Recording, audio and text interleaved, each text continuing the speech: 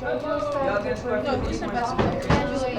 Who's scoring 50 today? Oh my God. Kaylee's scoring 50. Deanna's scoring 50. Y'all get So they're both score.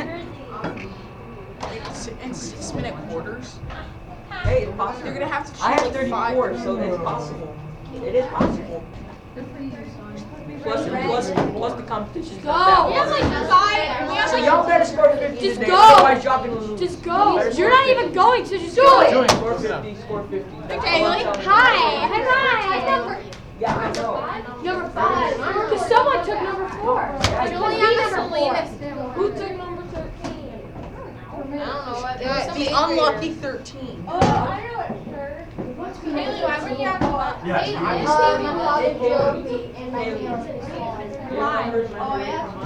I wanted to be number 4 because that's my basketball number. But eighth grader took it. Why what? I don't even know what you're like. Oh yeah, why did you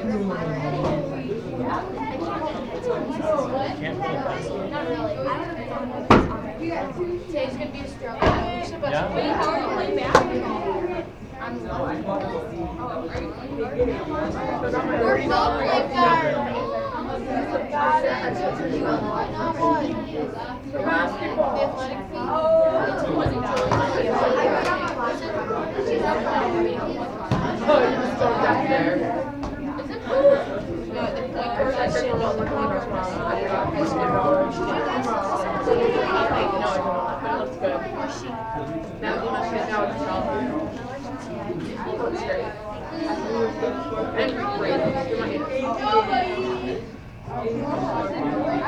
I am coming, Kaylee. I'm gonna go. No, you're not. No, you're not.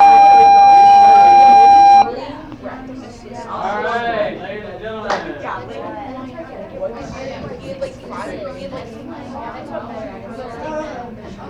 He had like 5 assists in like 20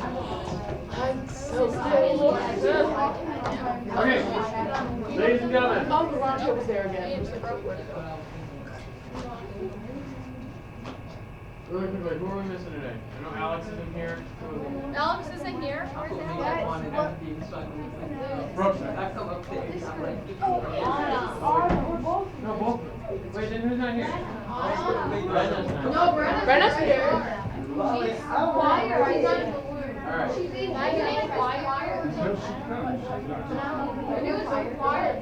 Okay. Mark her back. Okay. Ladies and gentlemen, today we are starting a new unit today. We're going to be talking about ancient Greece, starting today and going on for at least probably the next 2 weeks, maybe a little bit longer. I can tell you a couple of different things about the way that we're going to be doing this. There's so much cool stuff out there about ancient Greece that we are going to be moving. We'll still be doing some study guides and some reading. We will be checking our book, but we're not going to be doing exclusively that. So we'll be doing a few more smartboard activities, a couple other things to do. There'll be a couple videos to watch, all kinds of fun stuff about ancient Greece because there's a lot of information out there. So we're going to be doing a lot of different stuff with ancient Greece, starting today. But before we get started with that, I wanted to kind of go backwards a little bit. I want to go backwards a little bit to Friday. Friday, you guys took your test on the ancient Hebrews, and I have those graded, but you will not be getting them back until tomorrow. I still have a couple people who still have to take it. So once they have taken it or are in the process of taking it, I can pass it back to you so you guys can get them back. But I can tell you this. There were 38 possible points on the test. The class average was a 33 out of 38, which is a B, which is pretty good. That's pretty good. When you consider that the average should be a 75 and you guys are averaging right around an 85, that's pretty good. It's 10 points higher than what it should be. Okay? So good job. And like I said, you guys will probably get those back tomorrow. Now, to start off with today, what I would like you to do is please take out, I would like you to take out a piece of paper and tear it in half and share it with somebody at your table. So you each only have a half a sheet of paper.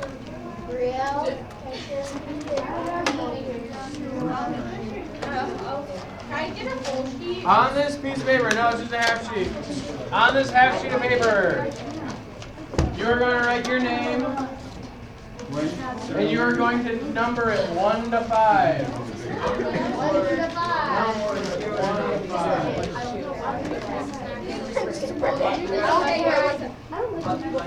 I'm going to test your knowledge of ancient Greece.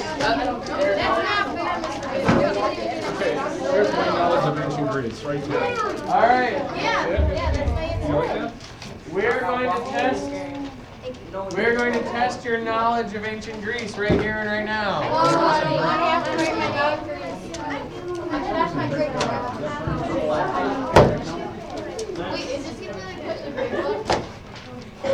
All right. Number 1 to 5. Please put your name on top of 1 to 5.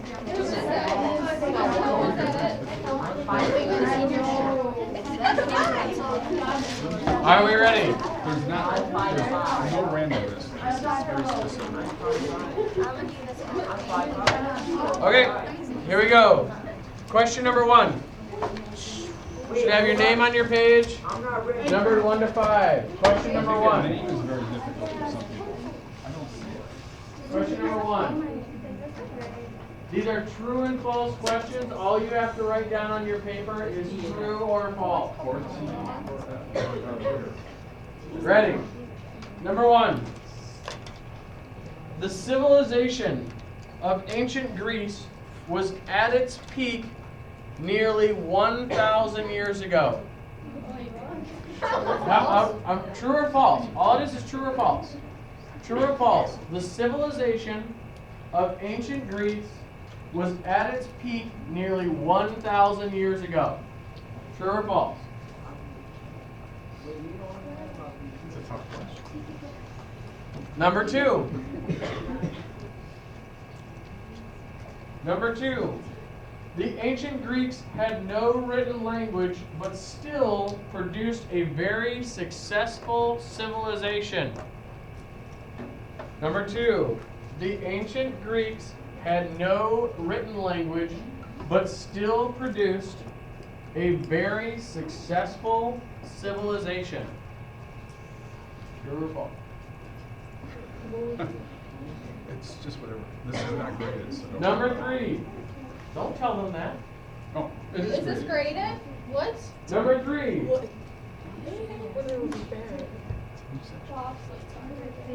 Number 3. Just hoping. You guys. Number 3. For most of its history, ancient Greece was not a politically unified country. Number 3. One of these has to be true. For most of its history, ancient Greece was not a politically unified country. You want to read it one more time? Yeah. For most of its history, ancient Greece was not a politically unified country. Question number 4. Olives and sheep were important sources of food in ancient Greece. Olives and sheep were important sources of food in ancient Greece. True or false?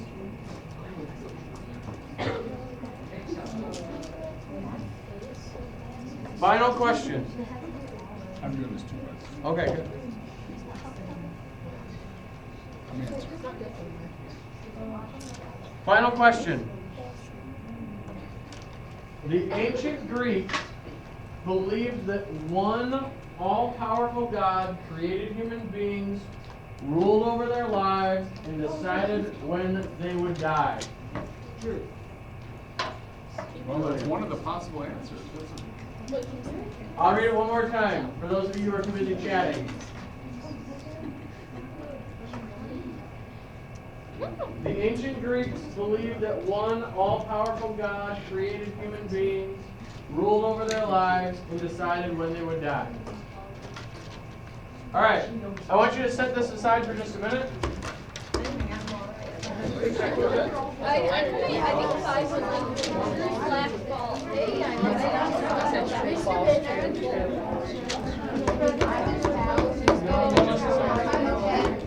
Okay.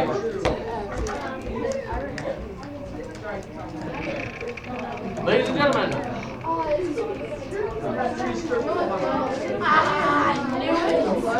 What? Ladies and gentlemen. Excuse me. Hey, I like it like this. That's great. I like it a lot quieter than this. Excuse me.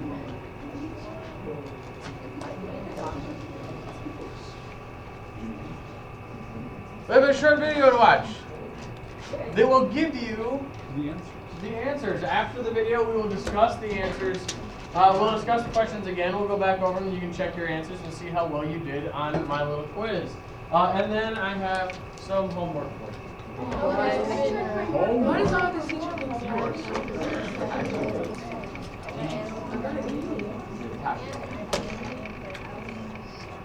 The more you talk, the less time you'll have in class.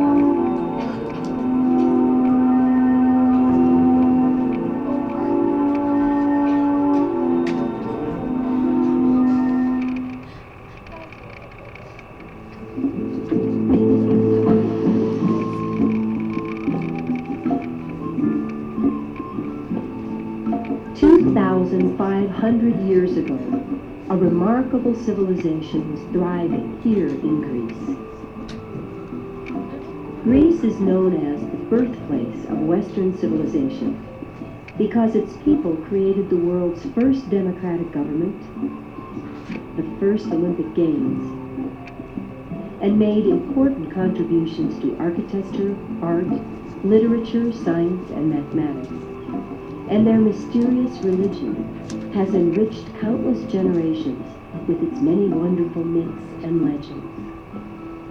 So now, let us go back in time and find out what it was like to live during this amazing period of history.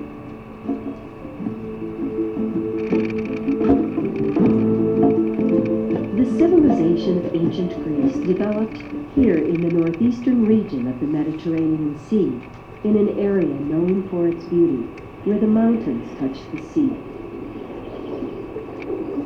It is a place where olive trees spring from fields of wildflowers, and where shepherds still tend their flocks on the rocky hillsides of hundreds of remote islands. Because of the rugged geography of this ancient land, long ago, people from different parts of Greece were isolated from one another. And that is why they were rarely united under a single government. Instead, their civilization developed in many independent city-states that were scattered across a large area.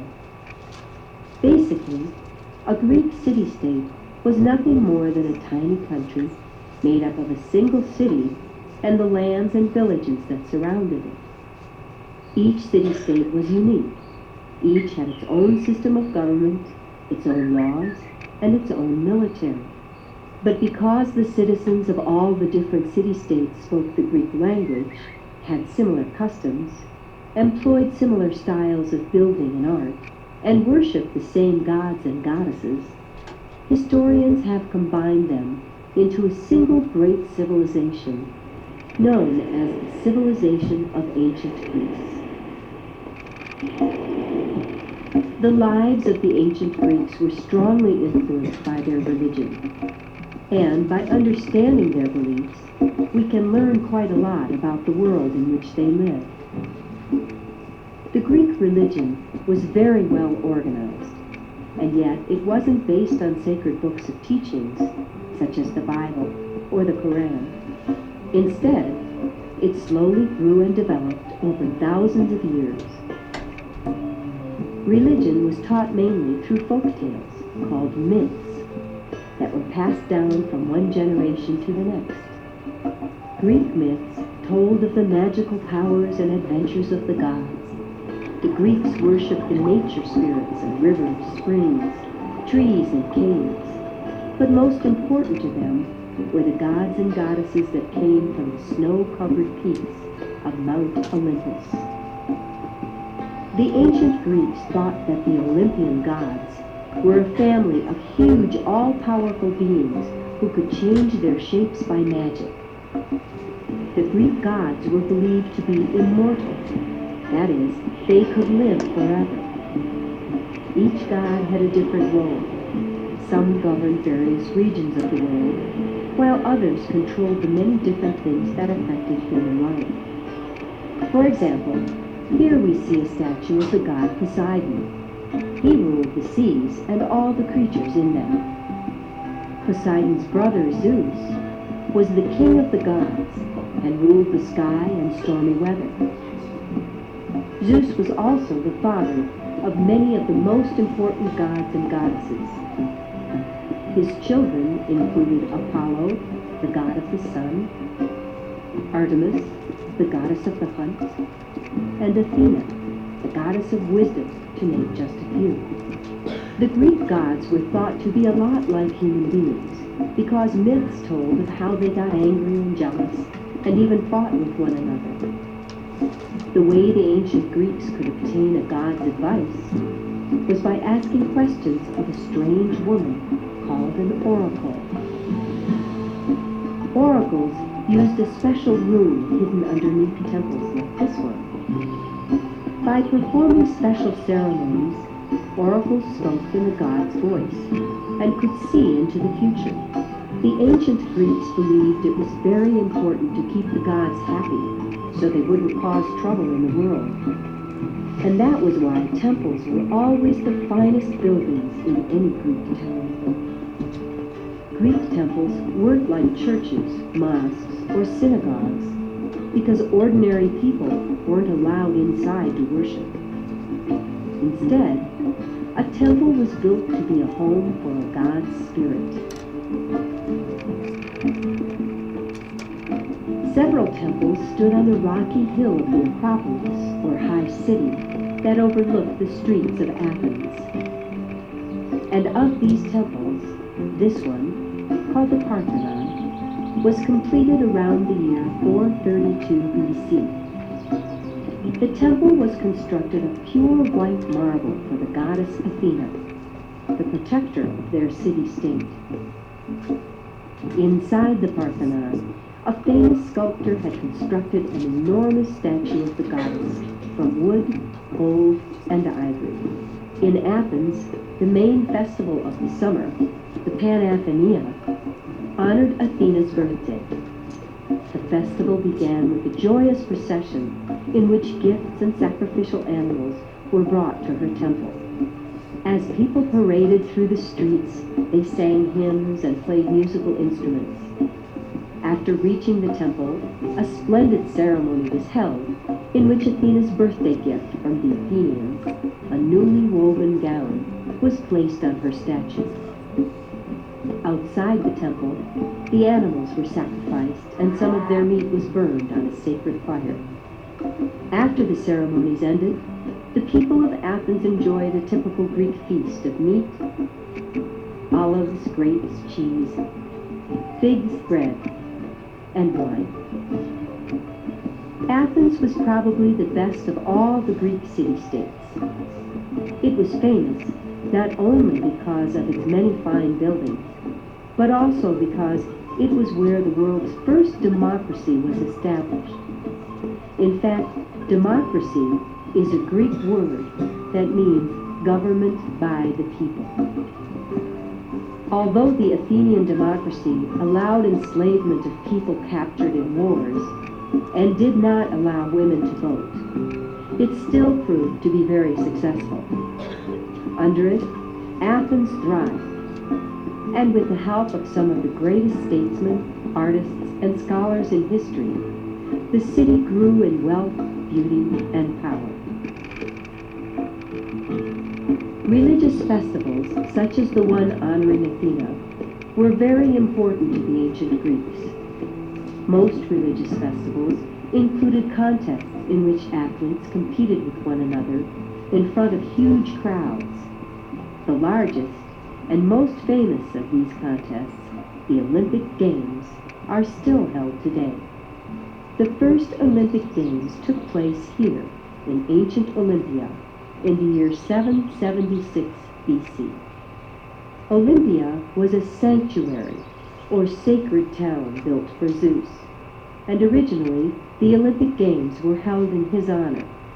To this day, the Olympic torch is still lit in Olympia and then is carried by runners to wherever the games are being held. Long ago, Zeus's magnificent temple stood proudly in the center of Olympia. Near it were a row of buildings called treasuries, where valuable religious offerings were stored. Also nearby was a smaller temple, the Temple of Hera, Zeus's goddess wife, whom the ancient Greeks called the Mother of the Gods. Just outside the walls of the temple enclosure stood the stadium and the athletic buildings where the contestants trained. Like Athena's temple in Athens, Zeus's temple at Olympia held a gold and ivory statue of the god that stood over 44 feet, or nearly 14 meters high. Zeus's temple was ringed with altars like this one, and on some of them sacrificial fires burned 24 hours a day. Sprinkled among the altars were the statues of the winners of past Olympic Games, and all around them grew the wild olive trees that were sacred to Zeus. Today, the temple of the King of the Gods lies in ruins, and his statue has long since disappeared, but the stones of its huge pillars still lie where they crashed to the earth over 1,500 years ago following a powerful earthquake.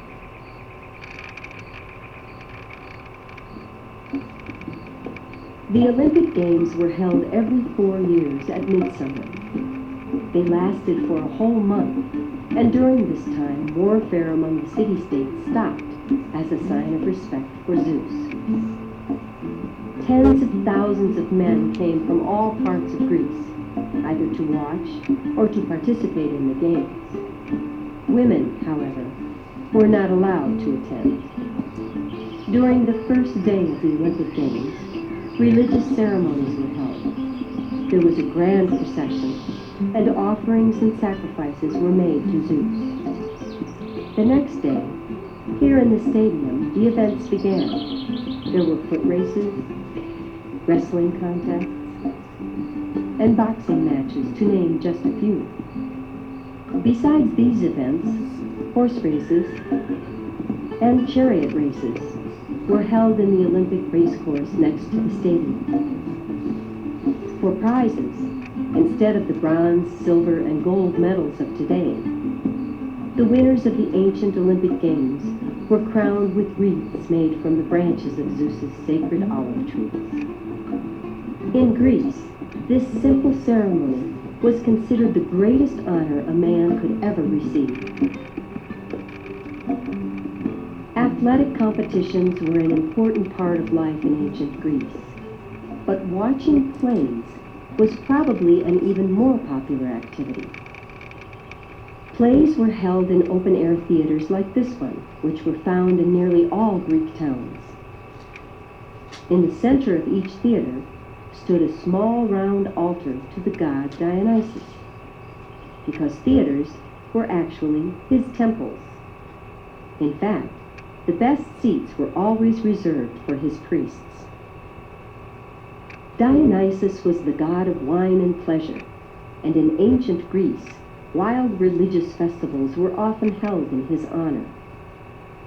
Attending plays was thought to please Dionysus, mainly because it was an enjoyable thing to do.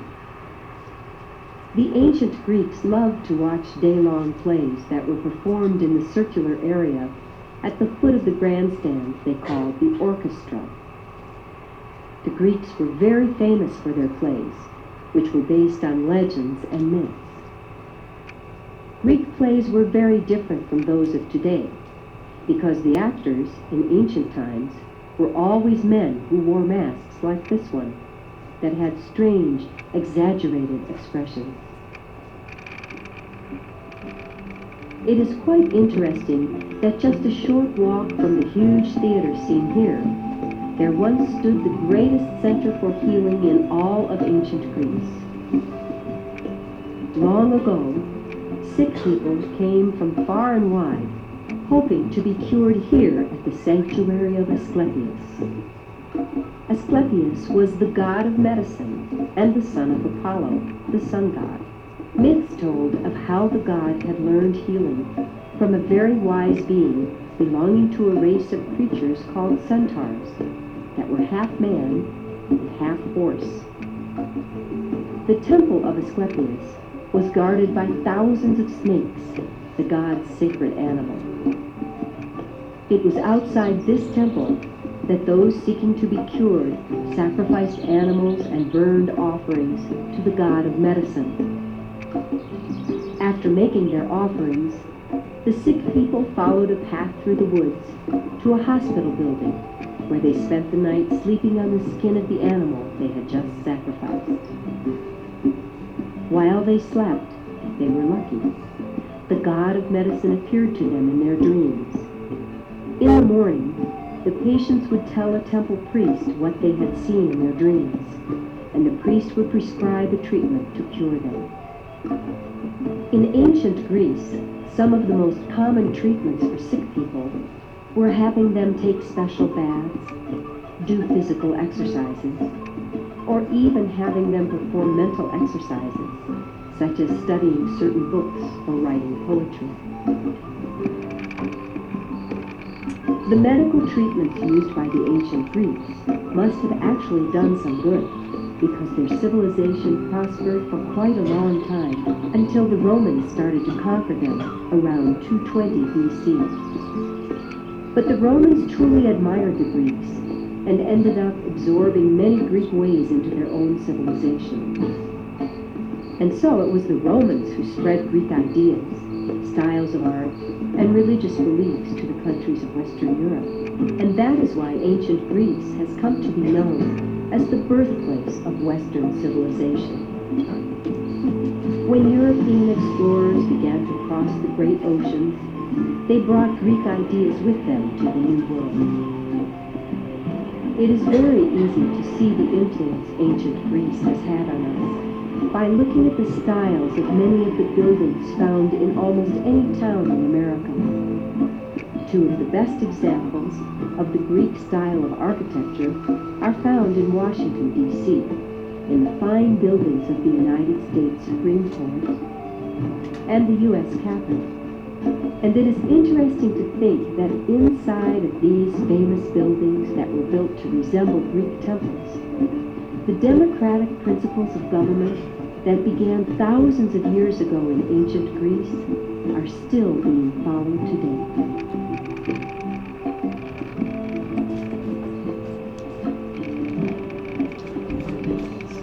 True or false? Zeus was the god of the sea. Alright. Okay. You guys aren't thinking ridiculous. Okay, go back to your answers. Let's take a look at the questions that you guys had, and then I will pass out your homework to you. Oh, it's actually over here. Oh my god. Alright. I don't even trust you, Kaylee. I want a long sleeve. Kaylee. I don't trust you because Okay, question number 1.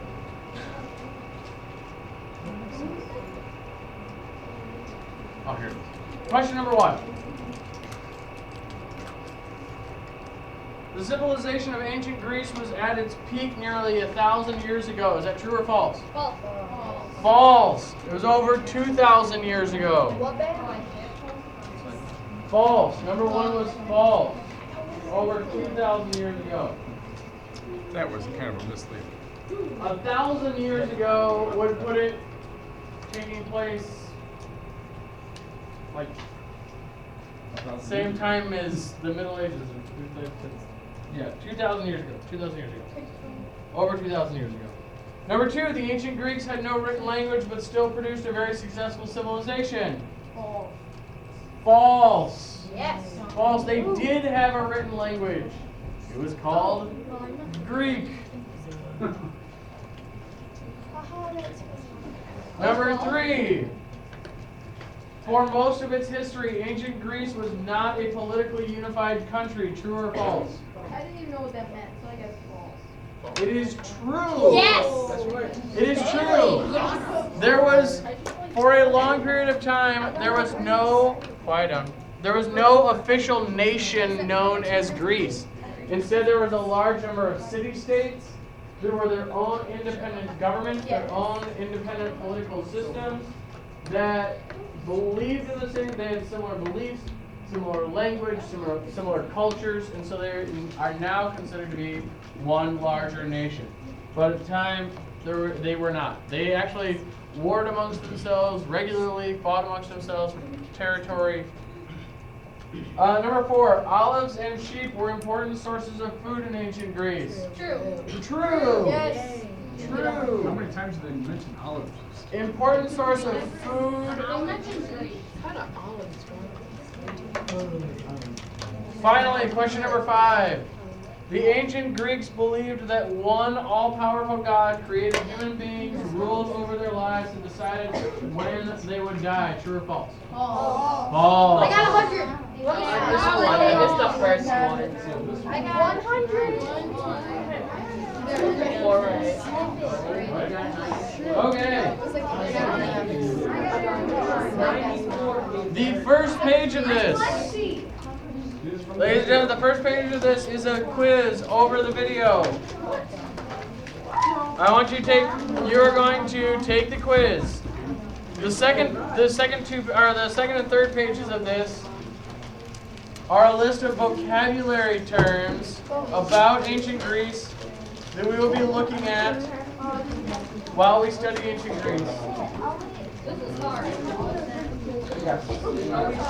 Ladies and gentlemen, I have important information I'm trying to dispense to you, and you guys are talking over top of me. Guys, please stop. The last page of this. So the first page is the video quiz. You do need to take that. The second and third pages are vocabulary lists. From this,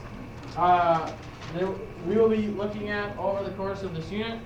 But they will also help you on the fourth page, which is a crossword puzzle. This is homework. I will be collecting it tomorrow morning when you come in. You have the rest of the period to work on it now. And turn it in tomorrow. Whatever you do not finish is homework. Julian, is this homework? Yes. Yes. Is the video quiz a video quiz? No.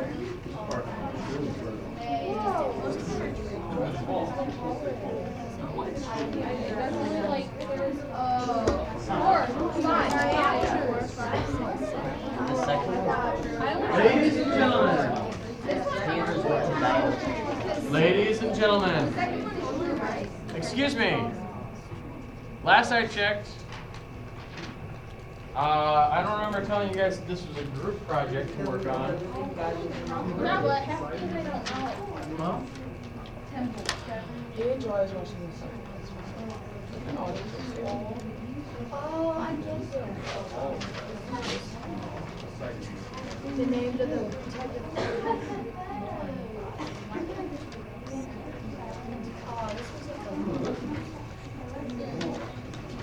Stop looking at my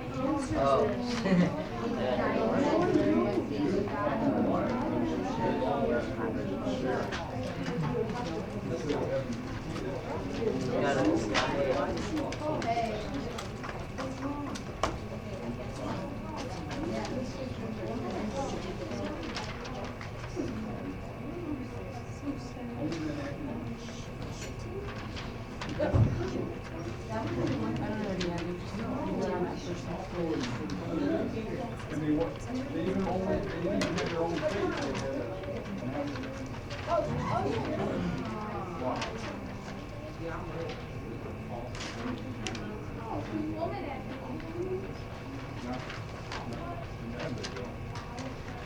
about what you learned on the video. Venus company. Only it's a video. What if you need a girl? What is that? When do they get a mask?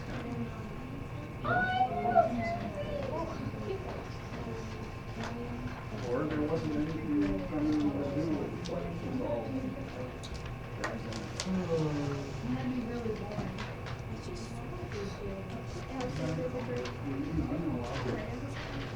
Go to the You've been working. Found one.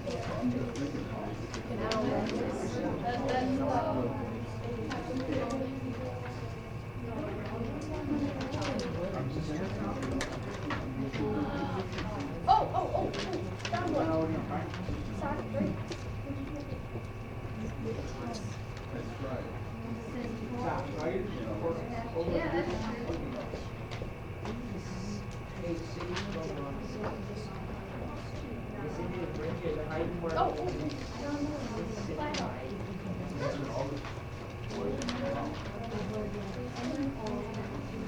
Hi.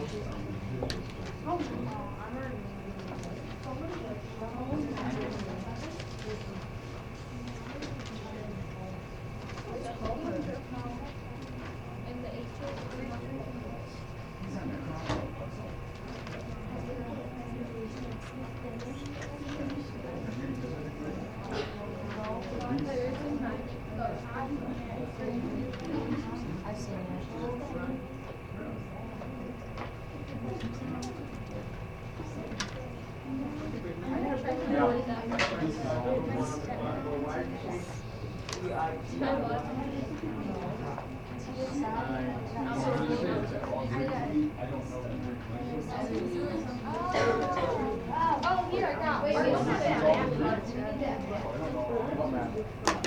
that's why. No. If you needed it, I can.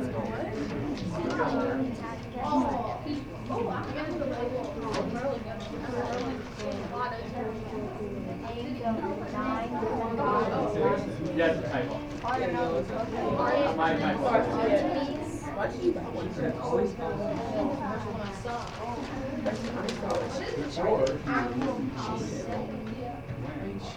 Yep, that's true.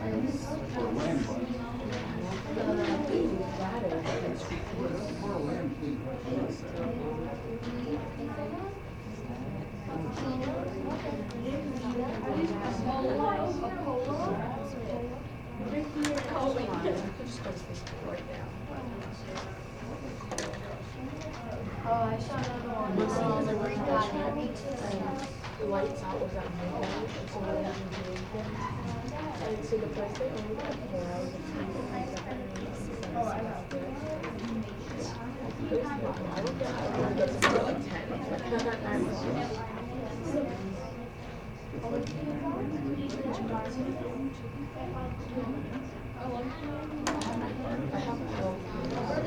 Because there's already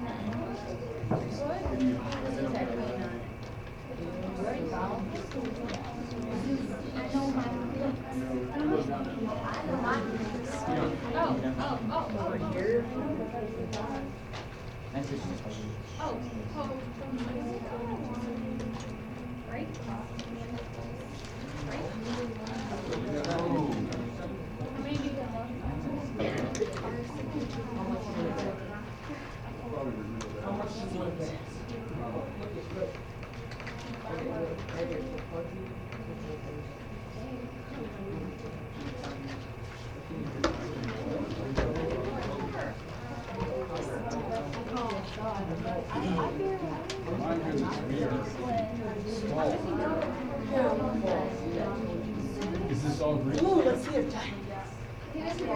What? I told Mr. Bittner he's got to teach you that expression. That's a. So if you have no purpose about something, There's no word box? you say it's all green. No, you have to use Because things you where don't know the it's- Greek language. Yeah, I think But since we're doing the Greek stuff, I thought it was funny to say it. Because this is about all the Greece.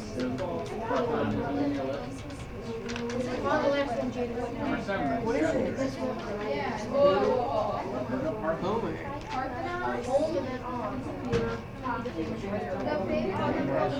Oh, yeah. But look, It's under side archaeology. So, Yes. I spell Olympic. Oh, no. Oh, wait, you're looking at her. We're on number 3. you don't know.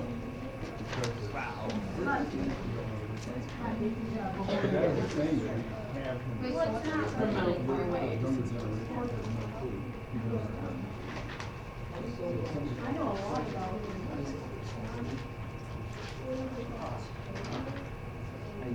you have to do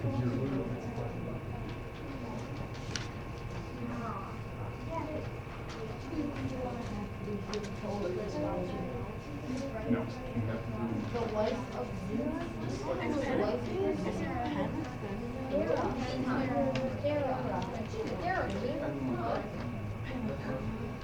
And to protect her family was called what?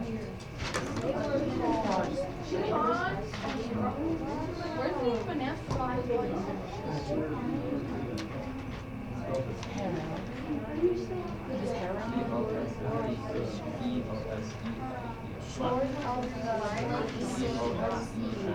Is a philosopher or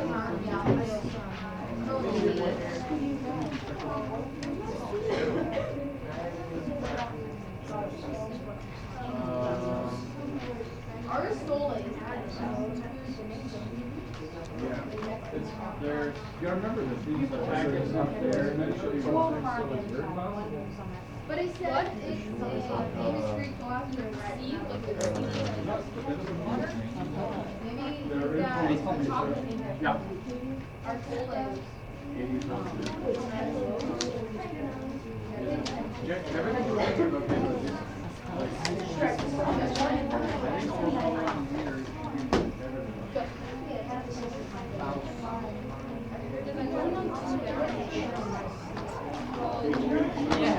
Wait, it's 6 now. What's the question? I didn't know.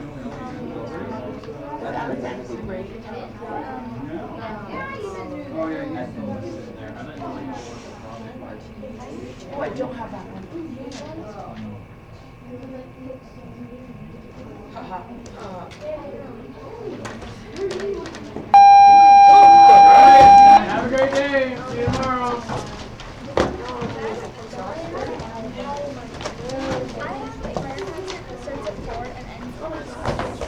Why did you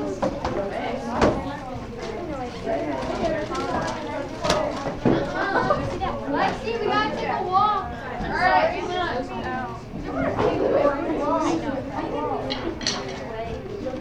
Are you going to be good the rest of the week? Okay. Thank you for letting me know.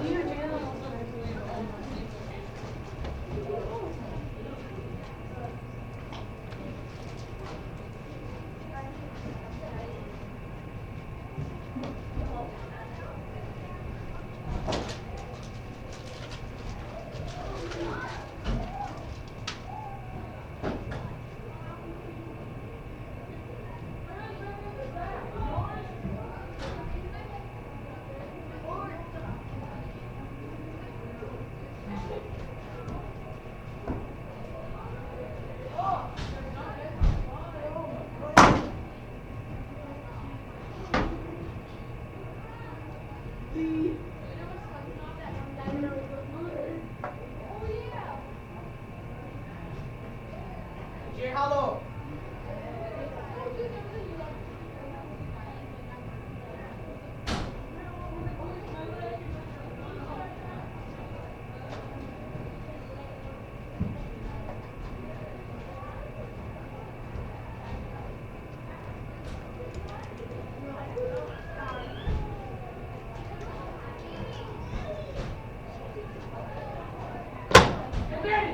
Sit there again and just continue. I'm gonna do. Aww. I'm like, oh, Patrick.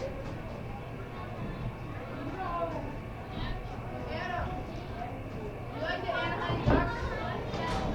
You don't? What is it? American dream.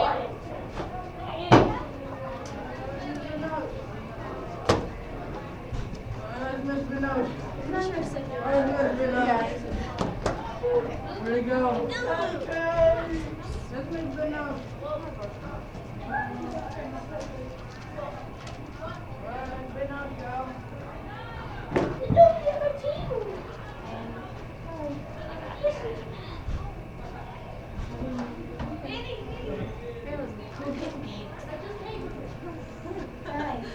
Oh God, she's sitting with me, bro. Get out of here. No, same as that. No. Olsey's, oh. Right? Oh, Olsey.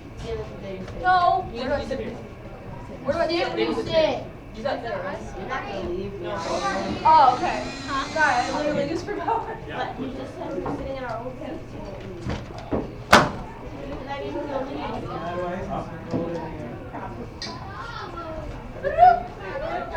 Why is she doing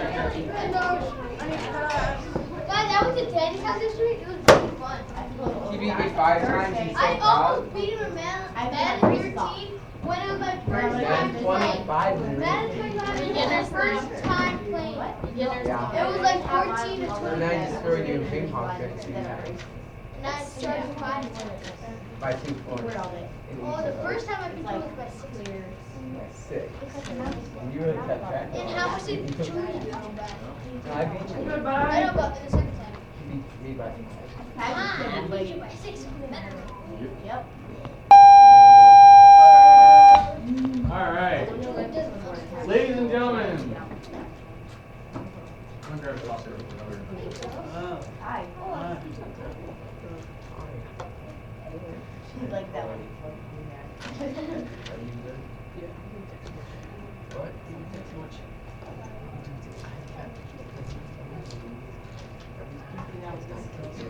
All right, here we go.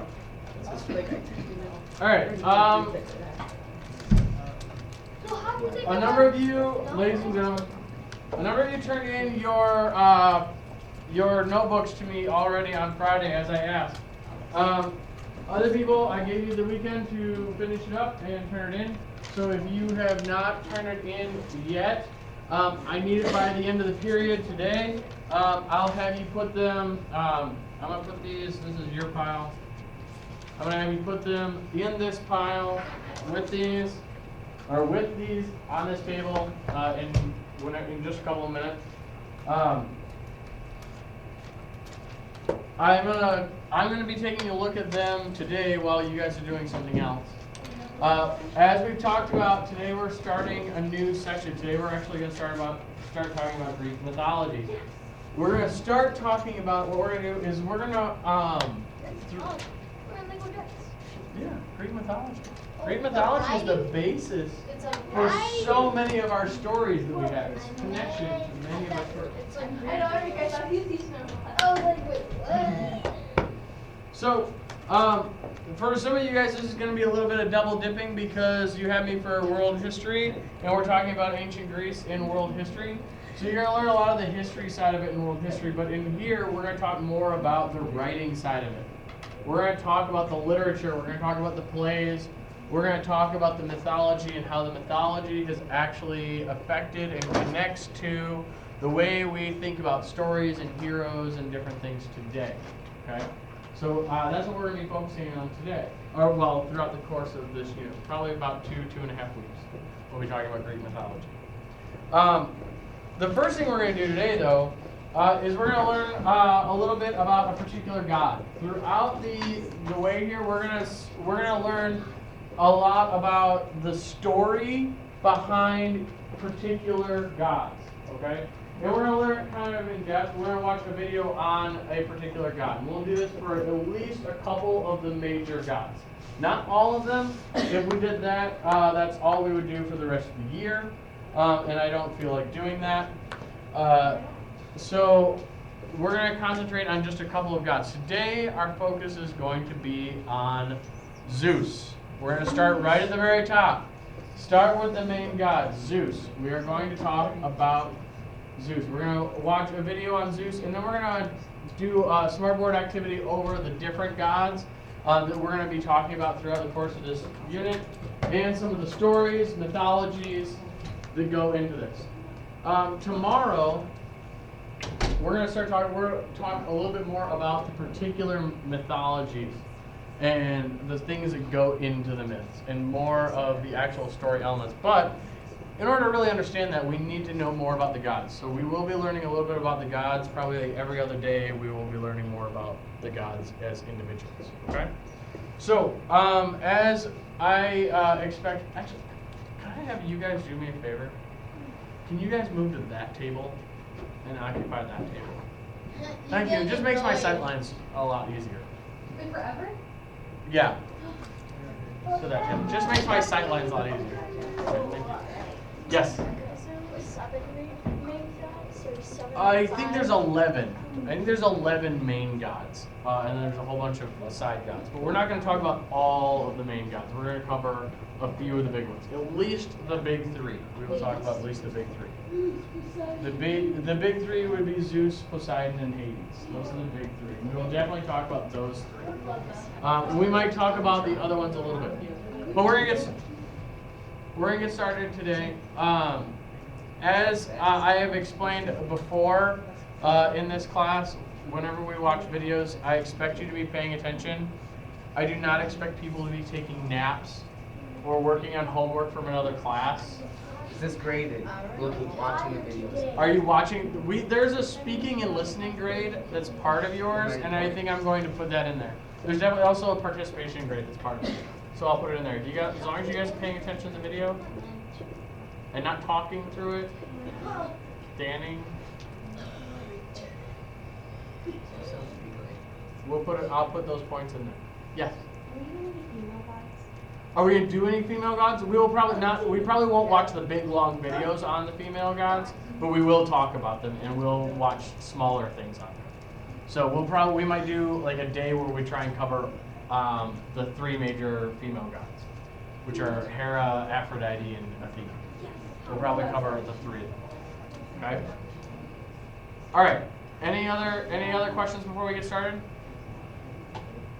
Okay. I'll turn off the lights. Let's see. It is on, but you shouldn't need it. No. Actually, really quickly, before I start the movie, before I start the video, who are we missing today? Christian and Alex? That's pink. Yeah, it's snow. They put paint on it to demonstrate snow style. I think you were painting and you really fast, like it sprays on you. I bought this at the store exactly. Bittner, do you want to put my Let's make it an example. What? do you want to put my Hat paint on it. Might do See you later. Mine was pretty good. Because it was on sale. It was on sale. Like $5. Yeah. And you painted it. Yeah. Yeah. See? Yes, Julie. I got Julie and Chris. Yep. You checked out Okay.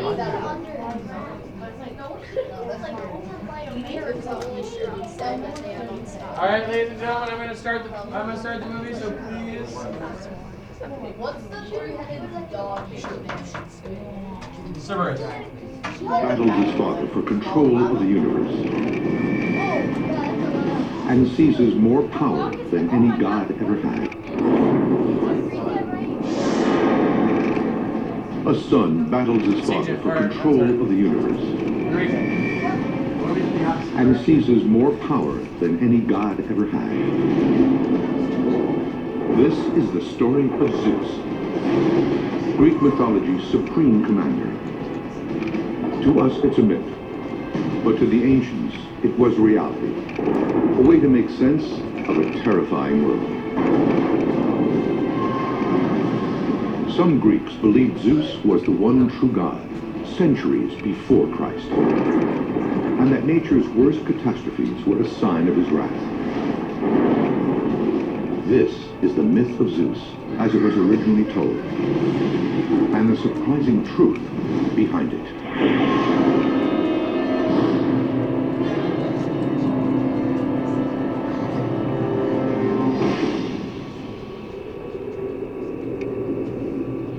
If you control the sky, you control the world. In Greek mythology, that power belongs to one god, Zeus.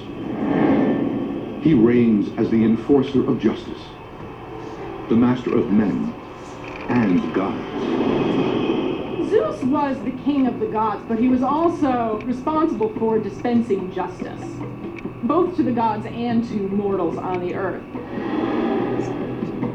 This is something really cool about Greek mythology, because one of the things that you were supposed to do as a Greek when you worshiped the gods was simply to do what was required to keep the gods from squashing you.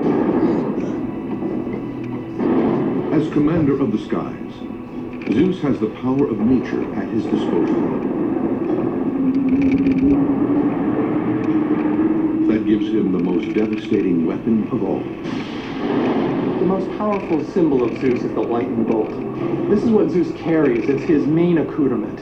And it's the thing that makes him the most powerful of all the divinities.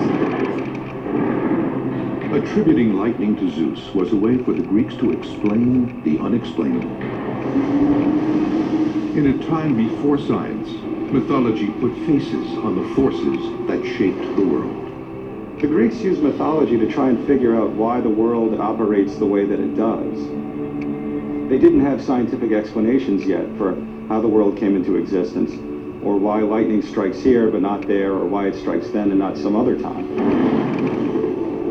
The natural world was very frightening to them, so they associated it with the divine. These were symptoms of the gods' power that they could use to punish people who hadn't worshipped them properly. Zeus's command over nature would make him Greece's most feared god. But how did he get there?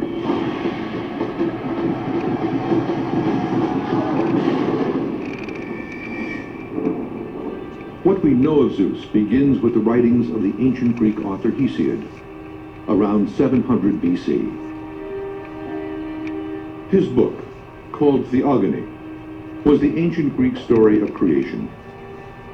What the book of Genesis is to our own world.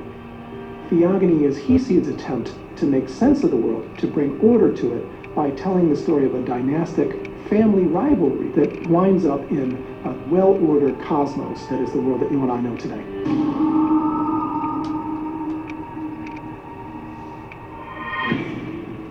In the myth, Zeus doesn't start out as the king of the gods. He rises from obscurity to challenge his father for control of the universe. And that won't be easy. His father is Kronos. He is king of the Titans, the most powerful gods in the universe. The Titans are an older order of Greek god. They're pretty rough around the edges. They're not too bright. They're also not very well civilized. As leader of the Titans, Cronus is expected to produce offspring. So he mates with his own flesh and blood, his sister and fellow Titan, Rhea. Incest shows up quite a bit in mythology. Among the gods, there's really nobody else at the beginning for them to have sex with, so they end up marrying one another. There's an old-time aristocratic idea that says that no one else is good enough for our family except only our family. And the Greek gods definitely seem to ascribe to this kind of a principle. These two Titan siblings, Cronus and Rhea, produce the next generation of Greek gods. Mythology's household names, the Olympians. Among them are Hades, Poseidon, and Zeus. But they will not simply inherit the earth. They must fight for it. Kronos Kronos was very worried about having children because he was concerned that his son would be greater than him and would supplant him. The father fears being replaced by the son. That's human psychology. I mean, you go to Freud, and actually Freud found it in classical mythology. So this fear of losing your power to the next generation was real. If you had a kid and you had something worth taking, at some point you needed to keep an eye on the kid. So his solution to this problem was to swallow alive all of his offspring. As soon as his wife gave birth, he would actually ingest them. Now, of course, since they're immortal, the children that Kronos swallows are not dead. They are just locked away inside of his belly.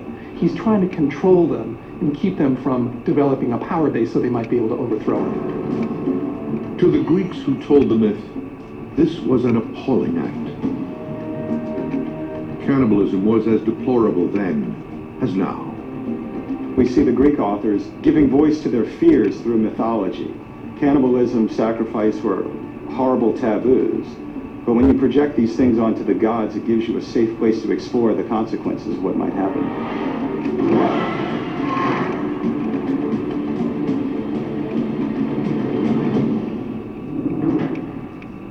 Rhea is horrified.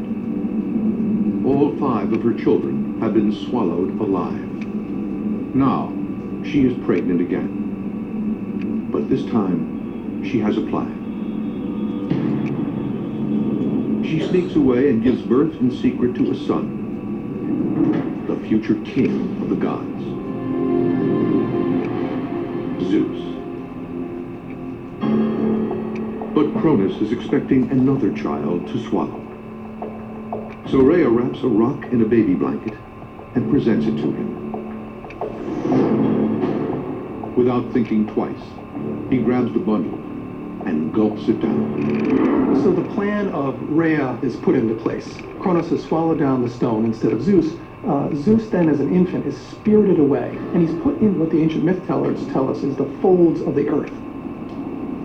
Zeus has been saved by his mother's cleverness. It's a memorable story, but could that secret cave at the heart of the myth really exist? It seems the ancients thought so.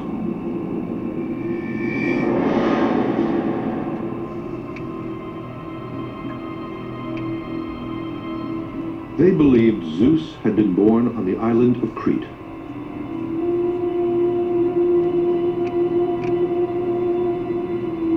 In this mountain cave. The cave on the island of Crete is perhaps the most important sanctuary for the veneration of Zeus. It was considered as one of the possible places where the baby Zeus was kept hidden from its own father. Excavations at the cave have revealed that it was a major pilgrimage site for visitors from across the ancient world. It was a place that people would go to worship Zeus. How do we know? We've excavated thousands of dedications to Zeus and ritual objects to Zeus from all over the Mediterranean. One find in particular ties directly into the myth of Zeus. Amongst the material remains were these cool shields that probably were along the walls and were put up there to indicate the clanging of shields that the people defending Zeus used to muffle his crying when he was a baby, so that Kronos could not hear. A chosen son, hidden to save his life. For Christians and Jews, the story of Zeus's birth is very familiar. Many religious and mythological traditions have stories of sacred or divine children who are hidden away in order to protect them so that they can grow to adulthood and fulfill their destinies. We think perhaps of Jesus, who is hidden away in the manger so that Herod will not be able to get to him, or of Moses, who is hidden away in Egypt. In the myth, Zeus quietly comes of age inside the cave.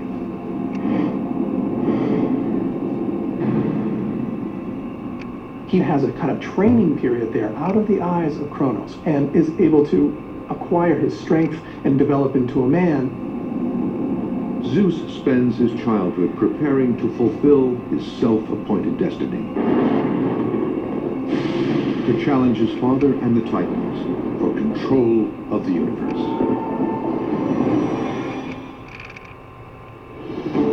Zeus has escaped the fate of his siblings, who were all swallowed alive by their father, the Titan Cronus. Inside a remote cave hideaway, he has matured into a fully formed god. Now, he is ready to begin the epic power struggle he was born to wage, to avenge his father's savagery. To liberate his 5 Olympian siblings from his father's belly. And to seize control of the world from the Titans who now rule it. The stakes for him are tremendously high. If he succeeds, he'll be master of the universe. But if he fails, he may well be the one that winds up down in Tartarus. Tartarus, the lowest level of Hades, and the ancient Greek equivalent of hell. Tartarus was the part of Hades where the damned went, the people who were bad or committed of Earth would be sent to Tartarus. If Zeus fails in his attempt to seize power from Cronus and the Titans, he'll be damned to this place for all eternity. But if he wins, he'll command gods and men from his throne atop Mount Olympus.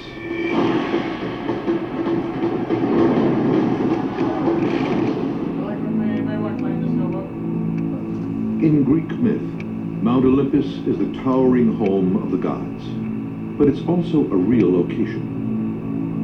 It's the highest peak in Greece, rising nearly 10,000 feet above sea level. And it's a natural setting for supernatural powers. The Greeks really believed that their gods actually lived physically on Mount Olympus. It was important for them to actually have a sense of where heaven was, where the gods actually resided.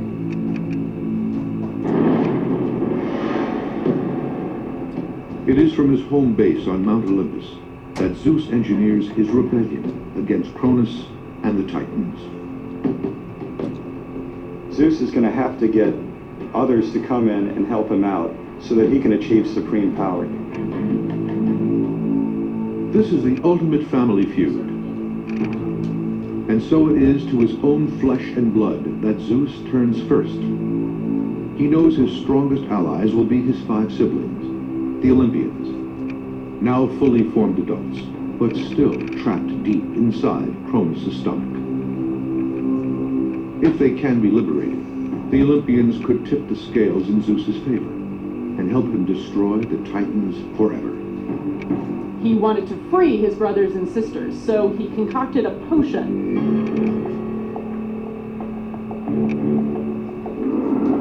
Quiet, Zeus enters Cronus' lair and slips the drug into his nightly cup of mead. Cronus drinks it and becomes violently ill.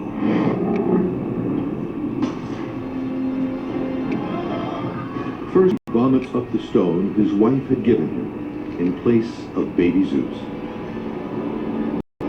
According to tradition, that rock is the cornerstone of ancient Greece's most sacred site, the Temple of Delphi, home of the Oracle. Delphi is a sanctuary in Greece where people would come from all around to consult with God. It was a direct phone line up to heaven to ask the answer to anything you wanted.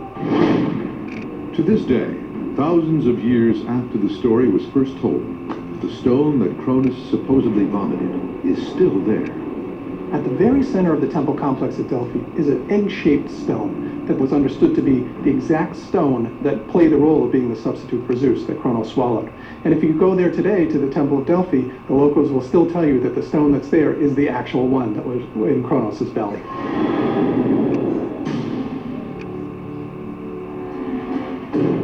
In the myth, After throwing up the sacred stone, Cronus regurgitates Zeus's 5 siblings.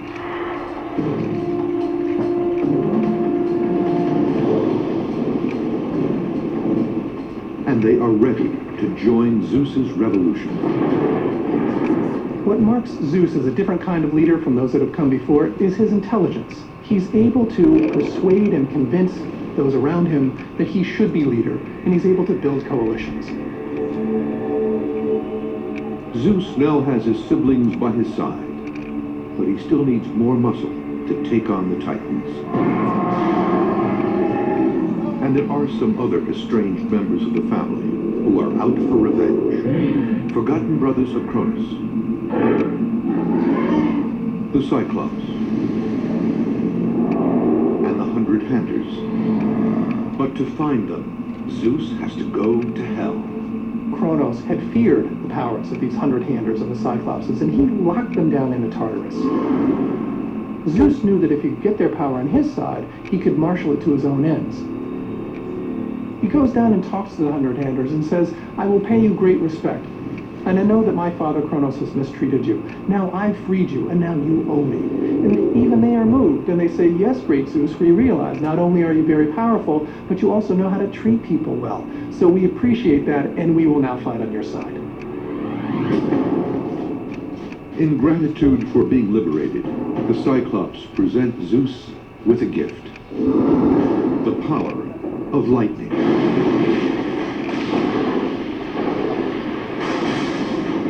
Lightning is one of the most devastatingly powerful forces in nature. When lightning arcs through the air is briefly raised to a temperature that can be more than 50,000 degrees. That's 5 times the surface temperature of the sun. The lightning bolt gives Zeus the power to rule the universe. With this lightning bolt, no one's going to be able to overthrow it.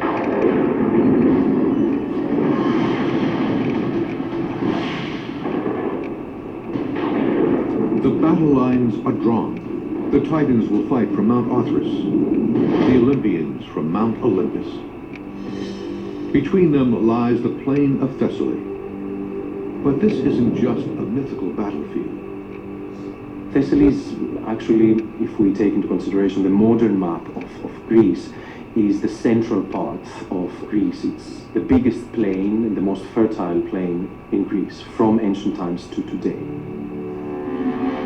Thessaly has a long, bloody history, stretching from the Greco-Persian wars of the 5th century BC to the world wars of the 20th century AD. And it is here that the ultimate battle of the gods will play out. Armed with a weapon of mass destruction and an elite fighting force, Zeus braces for an earth-shattering battle. And to this day, a real place may still bear the scars.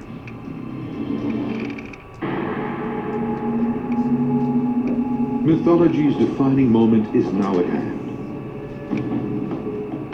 The battle between father and son is about to begin.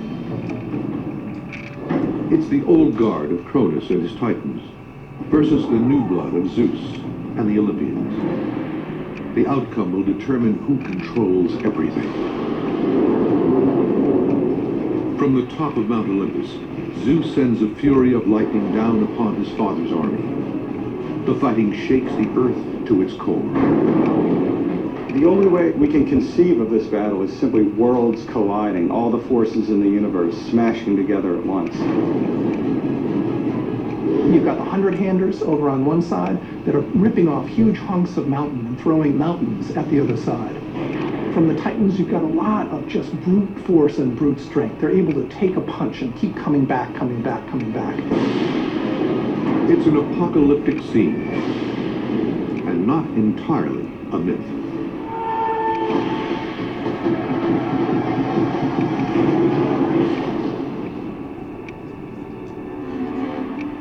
Experts have recently determined that a real event, just as frightening, actually happened in the ancient world.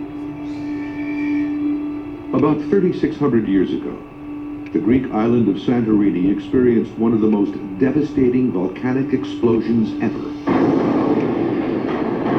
Its effects were felt as far away as California.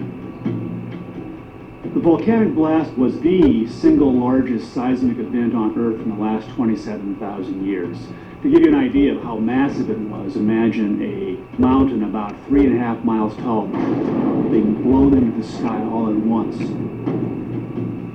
In 2006, scientists discovered that the Santorini eruption was even larger than originally believed. Excavations uncovered deposits of volcanic ash piled 20 stories deep, blanketing a 30-mile radius around the island. Based on this evidence, it's now believed the eruption unleashed the equivalent power of 50,000 Hiroshima bombs. An explosion that powerful would have annihilated much of the Greek world. For the survivors, who knew little about how volcanoes work, it could only have been the wrath of the gods. When the ancient myth tellers told the story of great cataclysmic battles that shook the earth, they weren't doing so in a vacuum. There hadn't been massive seismic events that had happened in the memory of some of the earlier generations of Greeks before these myth tellers had written down their stories. As the clash of the gods plays out in the mist, it appears that Zeus is finally about to seize control of the universe.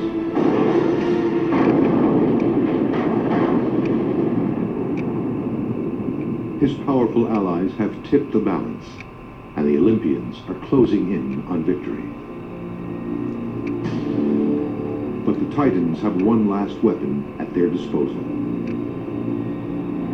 From the depths of Tartarus, they call forth a colossal beast, Typhon.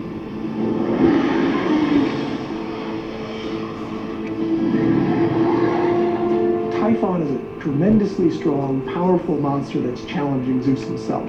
It's a last gasp effort, and the final monster, the final challenge he has to put down in order to secure his reign over the universe. It is a supernatural deathmatch, a decisive struggle between good and evil. And it will all come down to the ultimate weapon. As Zeus and Typhon are engaged in this final epic battle, Zeus eventually gets the upper hand and wins via his lightning bolt.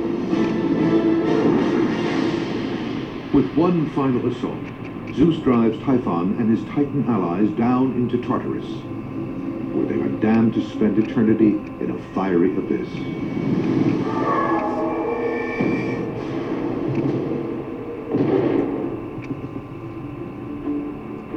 According to the ancients, it was across the Mediterranean, on the island of Sicily, that Zeus's enemies descended into hell, through the volcanic crater of Mount Etna. Local legend says Typhon is still inside and has been behind all of the volcano's eruptions over the centuries. Greeks used this myth as a way of explaining why lava was constantly pouring out of the volcano. They explained that as either the remnants of Zeus's lightning constantly shooting out, or of the flames of Typho still breathing just a little bit, exploding flame out of the center of the volcano. It is also said that Typhon causes destructive windstorms. In fact, his name is the basis for the word typhoon. But in the myth, the storm clouds have broken, for the time being. Zeus's victory over his father makes him the king of the gods, the absolute ruler of the universe. So goes the myth. But what is the link to reality? In 2003, at the base of Mount Olympus, a lost temple was discovered. It was the centerpiece of an ancient city known as Dion, and it was dedicated to Zeus. Dion was a city that was built at the base of Mount Olympus, and so it's very close to the home of the Olympian gods and goddesses, and where Zeus lived in Greek mythology. In fact, the name of the town, Dion, means Zeus. The Dion temple dates back to the 5th century BC, the golden age of Greek mythology. Scattered around the site are marble blocks with unmistakable engravings. Eagles. In ancient Greece, eagles were the divine symbol of Zeus. But there's more. This headless statue was found in a nearby riverbed, Carved into its 2,400-year-old base are three words: Zeus the highest. There's a debate among experts about what this reference to the highest means. Some believe this statue could be a missing link between Greece's worship of many gods and the single god philosophy of Christians and Jews, and that this find is proof that the Greeks were embracing the idea of one god on their own before the arrival of Christianity. The Greeks sometimes identified that highest god with Zeus. After all, the word Zeus in its dative form, Theos, is where we get our word Deus. So there's an etymological reason to understand Zeus as the highest deity. Starting in about the 3rd and 2nd and 1st centuries BC, we have different philosophical and theological schools that arise and that start to propose a very strong view that there is only one God, and that all the ancient stories and all the ancient tales are actually just metaphors that reflect different aspects of what this divinity is all about. For the people who worshipped at Dion, it's clear that Zeus was different from all the other Greek gods. In fact, he may well have been the only one that mattered. In the myth, Zeus has achieved the absolute power he has long sought. But that power will soon be threatened by an unexpected foe. The king of the gods is about to be betrayed by the person closest to him.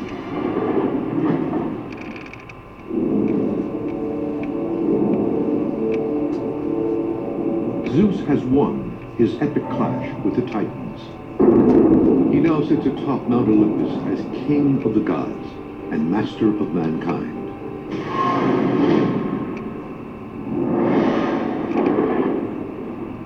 The ancient Greeks worshipped Zeus above all others, even though he was fatally flawed. The ancient Greek gods are very relatable. They have faults, they have strengths, they have weaknesses, they have all the things that normal human beings would.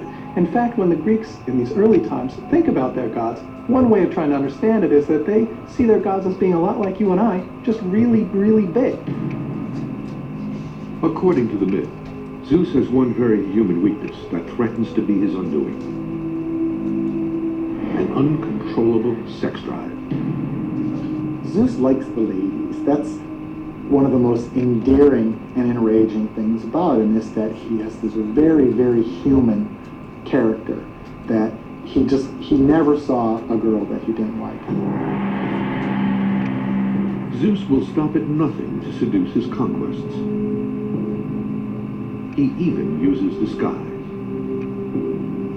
Zeus visits mortal women in various guises, whatever it takes to consummate the relationship. So in different tales we hear of Zeus turning into an eagle, turning into a swan, turning into a bull, turning in all these different shapes, turning into human beings to mimic a woman's husband's face, to trick the women as best he can into having union with them.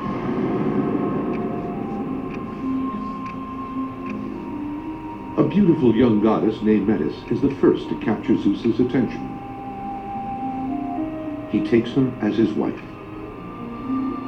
Metis is a very attractive and appealing young woman, and the quality that really sets her apart is she has practical wisdom. In fact, her name in Greek means practical wisdom. When Zeus spies her, he finds her very appealing. But Zeus's affection for Metis is overshadowed by a dark prophecy that threatens his grip on power.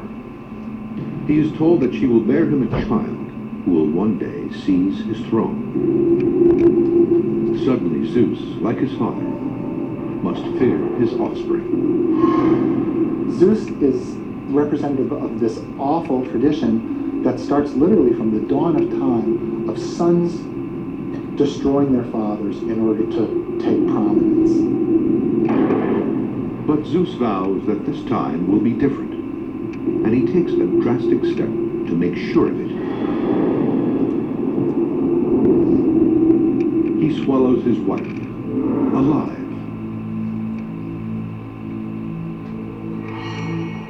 Once again, family love falls prey to power. Its history repeated. But this horrifying act will make Zeus stronger and wiser. By swallowing her, Zeus internalizes metis, or cunning, and prudence all at once. She becomes a part of Zeus. In a sense, she's probably imprisoned in his stomach, but he also takes on these greater qualities of intellectual ability.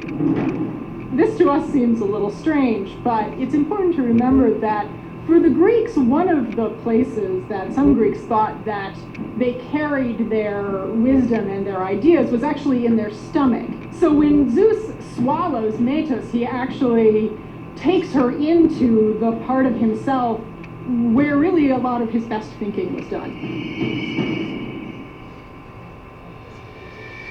With Metis gone, Zeus is in need of a new wife. And like his father before him, he finds one in his own family. His sister and fellow Olympian, Hera. She's not like Zeus's earlier conquests. She's mythology's most powerful goddess. The king of the gods has met his match. Between Zeus and Hera, we actually see a relationship which is between two people who are on some level equals. So some of the conflicts between Zeus and Hera, I think we can see as the Greeks culturally working out, wow, what would it look like if you actually had two people with equal power within a relationship? She's the queen of the goddesses, and she has wonderful beauty, she's supremely intelligent, she's mighty, but she's also exceedingly jealous because Zeus is always running after other women. The king of the gods continues to step out with an endless string of sexual partners. He conceives well over 100 offspring with a host of lovers, both divine and mortal. If I'm not mistaken, Zeus never has an encounter with a woman that does not produce a child. So in that sense, it's extreme virility, it's extreme power. Zeus's ability to sleep with anybody matches a kind of fantasy of what ancient Greek males would hope or desire their lives to be. Men fantasized about such things, and they thought if there was an all-powerful god out there, well, he would surely act on those fantasies. Zeus's promiscuity provided a perfect way for Greeks to connect themselves to him. Every corner of the Greek world boasted of having its own hometown love child. As Zeus's fame and power grow across ancient Greece, more and more cities and towns want to be associated with him. And they therefore claim that there was some kind of actual liaison between Zeus and some mortal woman within their family tree that then produces the offspring that produces the local ruling families. Evidence of this connection can still be found in cities throughout the Greek world. Athens, Thebes, Magnesia, Macedonia. All are named after children of Zeus. If you're not turning your article But there is thing, one you're individual who isn't happy about Zeus's abundant fertility. In the myth, his wife. Today? I know. Like, is it like next period, after next period? At some point in time today, as long as it gets to me today. It won't be marked as late.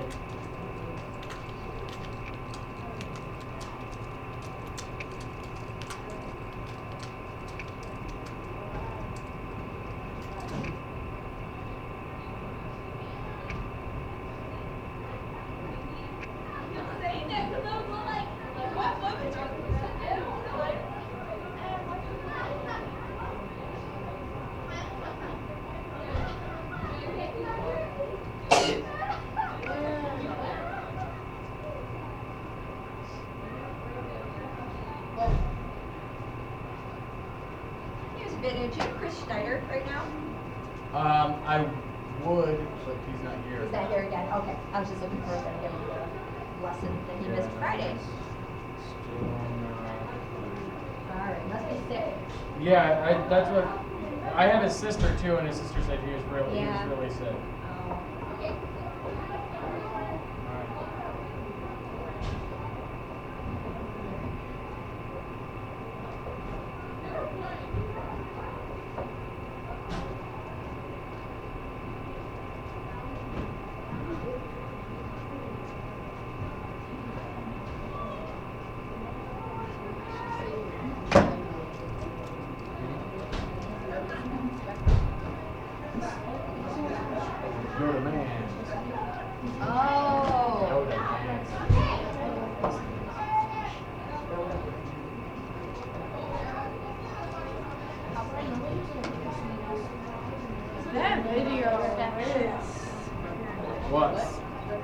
Just video this. Well, I'm in the lab. I can't.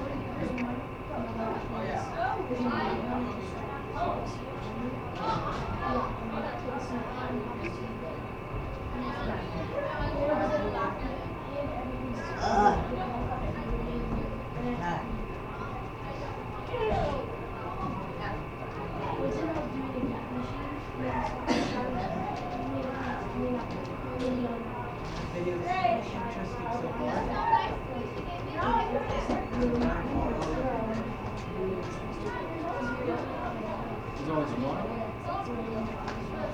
All part of.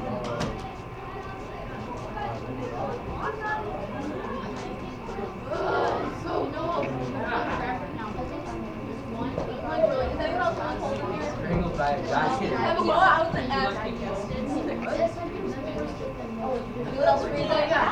That's true. I'll swallow you. I'll swallow you all. Finish him. Finish him. I'll swallow you. Finish him. I do cut back to everyone. I'll swallow you. Really? You really want to swallow me? Stop yourself. Where's every time?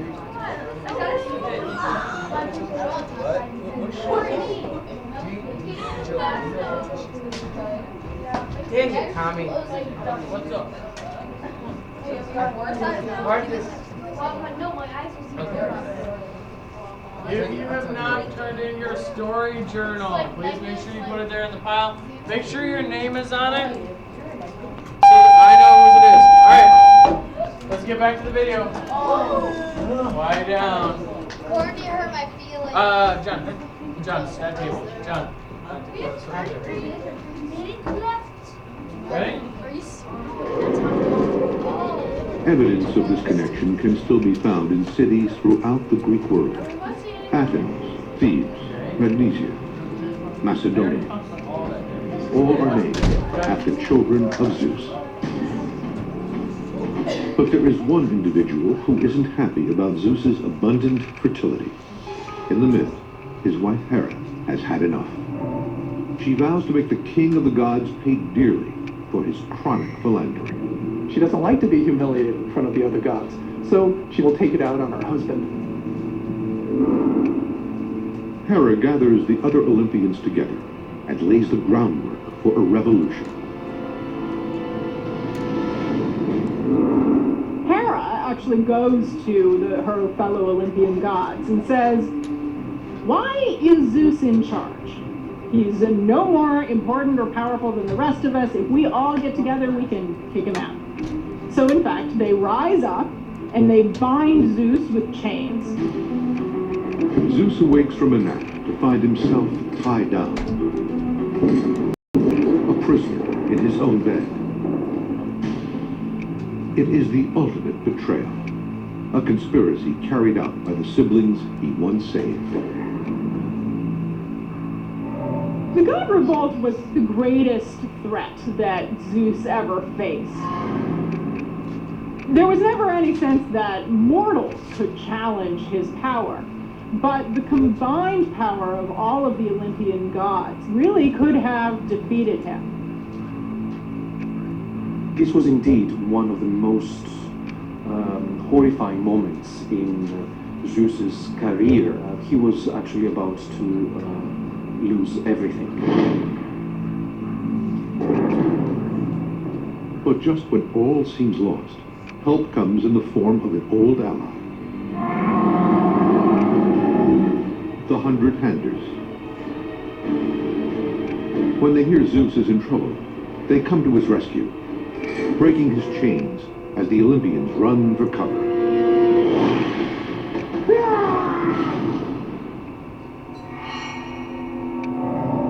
Zeus survives the coup attempt. Now it's time to exact his revenge. His wife Hera is sentenced to hang from the sky by golden chains.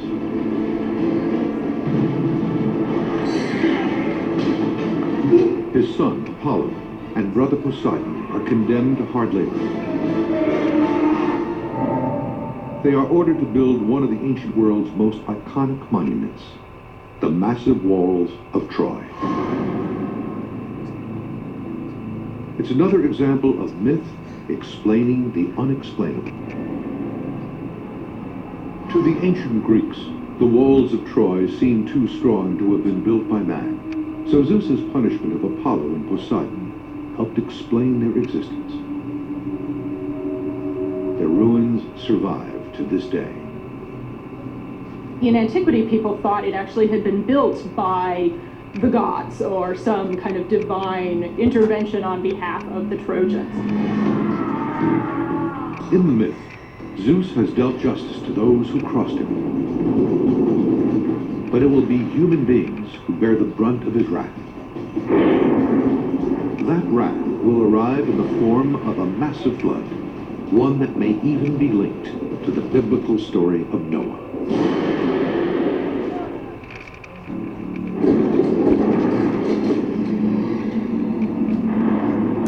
Greece's most powerful god has survived a coup attempt.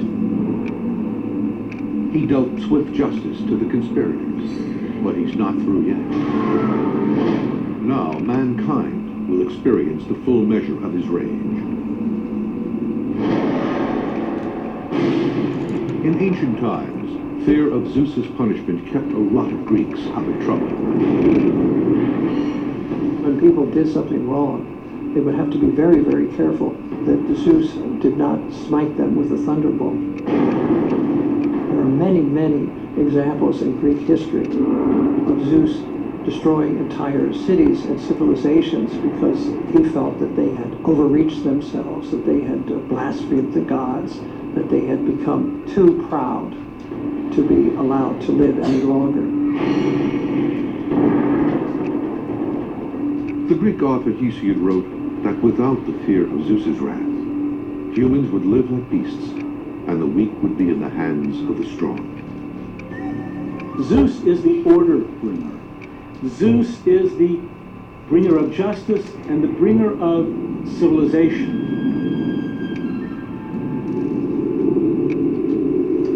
When natural catastrophes occurred in the real world, the Greeks believed that they were sent by Zeus to punish evil men. Often stories were invented to explain what had made the supreme god so angry.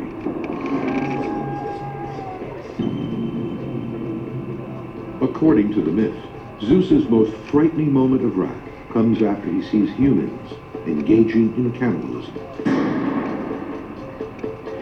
Cannibalism was as important as it was in ancient Greek religion because they considered it to be so heinous.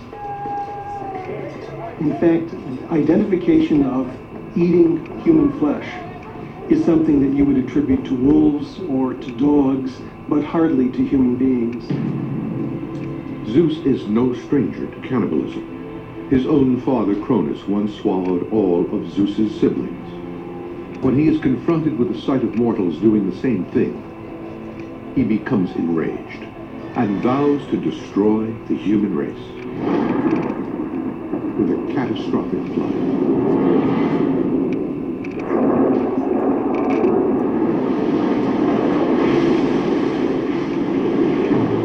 Nine days and nights pass. The rain is relentless, and the earth slowly drowns. The waters reach the peak of Mount Parnassus, which stands over 8,000 feet high. In all corners of the earth, the human race perishes. When the rain stops, only 2 mortals are still alive. Incredibly, they have survived the storm by building an ark. A raging flood, an ark, and only 2 surviving humans. The parallels with the Old Testament are striking. It could be the biblical flood of Noah. It could be Zeus's deluge. It could be similar sorts of giant watery disasters that we see figuring in a wide number of different cultures around the world. All these stories go back to a natural catastrophe that affected the collective memory of peoples living in the eastern parts of the Mediterranean Sea. A deluge like the one described in these myths would have devastated humanity. But could such a flood have really happened? In the past decade,